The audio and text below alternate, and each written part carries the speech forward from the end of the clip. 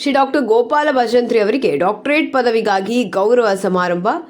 ಬೆಳಗಾವಿ ಸಾರಿಗೆ ಇಲಾಖೆಯಲ್ಲಿ ಸೇವೆ ಸಲ್ಲಿಸುತ್ತಿರುವ ಶ್ರೀ ಡಾಕ್ಟರ್ ಗೋಪಾಲ ಭಜಂತ್ರಿ ಅವರು ಅಮೆರಿಕದ ಪ್ರಖ್ಯಾತ ವಿಶ್ವವಿದ್ಯಾಲಯದಿಂದ ಡಾಕ್ಟರೇಟ್ ಪದವಿ ಪಡೆದ ಹಿನ್ನೆಲೆಯಲ್ಲಿ ಇಂದು ಬೆಳಗಾವಿ ಜಿಲ್ಲಾ ನಮ್ಮ ಸಮಾಜದ ವತಿಯಿಂದ ಗೌರವ ಸಮಾರಂಭ ಆಯೋಜಿಸಲಾಯಿತು.